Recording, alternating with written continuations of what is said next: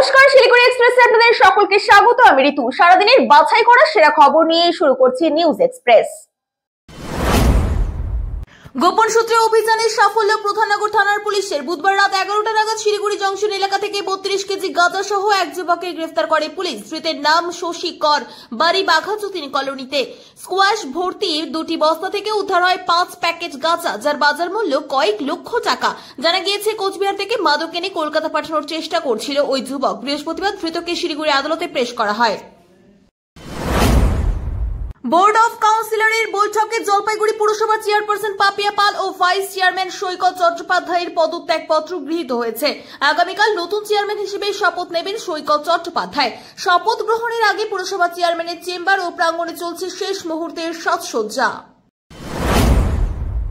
বাগডোগরা বিমানবন্দরে নেমে তৃণমূলের বিরুদ্ধে তোপ দাগলেন বিরোধী দলনেতা শুভেন্দু অধিকারী। তিনি বলেন, রাম মন্দিরের বিরোধিতা করেছিলেন শুধু পশ্চিমবঙ্গের মুখ্যমন্ত্রী, অন্য কোনো মুখ্যমন্ত্রী নন। পাশাপাশি অভিযোগ করেন, রাম মন্দির উদ্বোধনের দিন সারা দেশ আনন্দে মাতলেও বাংলার সরকার শোক পালন করেছিল। মুকুল রায়ের বিধায়ক পদ খারিজ হওয়া প্রসঙ্গে শুভেন্দু অধিকারী বলেন, এটি তার 4 বছরের লড়াইয়ের ফল। দাবি করেন, বিজেপি সংগঠন রাজ্যে আরো শক্তিশালী হচ্ছে এবং 2026-এর নির্বাচনে তৃণমূলকে জবাব দেবে। খড়িবাড়ির পর এবার ফাঁসি দেওয়ার বিধাননগরে জাল জন্ম ও মৃত্যু শংসাপত্র চক্রের হদিশ মিলল। গোপন সূত্রে খবরের ভিত্তিতে যৌথ অভিযানে পুলিশ গ্রেফতার করেছে সুব্রত ঘোষ ওরফে লিটনকে। তার অনলাইন দোকান থেকে উদ্ধার হয়েছে 2টি computer, laptop, retina scanner, thumb scanner, সরকারি সিল ও একাধিক জাল শংসাপত্র। খড়িবাড়ি জাল সার্টিফিকেট মামলার সঙ্গে যোগ থাকতে পারে বলে মনে করছে পুলিশ। বৃহস্পতিবার ধৃতকে শিলিগুড়ি মহকুমা আদালতে তোলা হয়। এসআইআর ফর্ম ফিলআপে বিভ্রান্তি দূর করতে বৃহস্পতিবার শিলিগুড়ি দীনবন্ধু মঞ্চে আলোচনা সভা করল নির্বাচন কমিশন।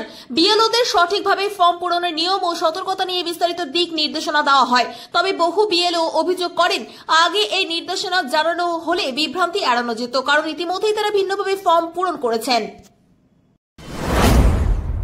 রাজ্য সরকারের নির্দেশে 30 নভেম্বরের মধ্যে সব টোটোকে রেজিস্ট্রেশন করানোর নির্দেশ জারি হয়েছে। তবে তৃণমূল শ্রমিক সংগঠন নেতা রাজু আলুওয়ালিয়ার অভিযোগ, নির্ধারিত সময় থাকা সত্ত্বেও 7 তারিখ থেকে আরটিও অভিযান চালিয়ে আসানসোলের বিভিন্ন এলাকা থেকে প্রায় 150টি টোটো আটক করেছে।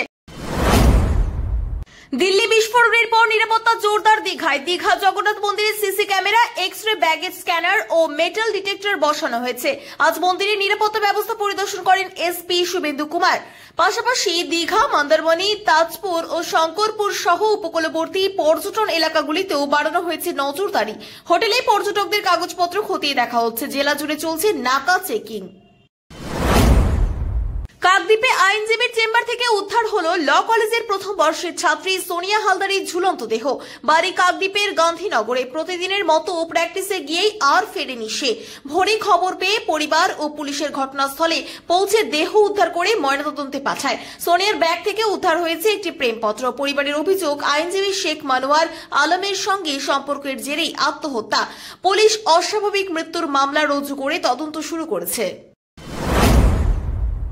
এসআইআর প্রক্রিয়া ঘিরে রাজ্যের তুঙ্গে রাজনৈতিক তরজা। পানিহাটিতে সিপিআইএম এর জনসভায় প্রাক্তন সাংসদ সুজন চক্রবর্তী সহ নেতৃত্বরা অভিযোগ তোলেন, এসআইআর কে ব্যবহার করে সাধারণ ভোটারদের আতঙ্কিত করছে সরকার। প্রকৃত ভোটারের নাম যেন বাদ না যায় ও নির্বাচন কমিশনকে নাগরিকত্ব নির্ধারণে ব্যবহার না করা হয়, সেই দাবি জানান তারা।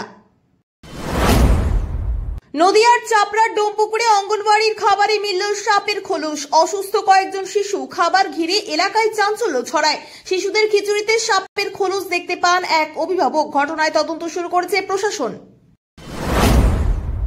এখন এই পর্যন্তই। আরো বিভিন্ন আপডেট পেতে চোখ রাখুন শিলিগুড়ি এক্সপ্রেসের পর্দায়। ধন্যবাদ।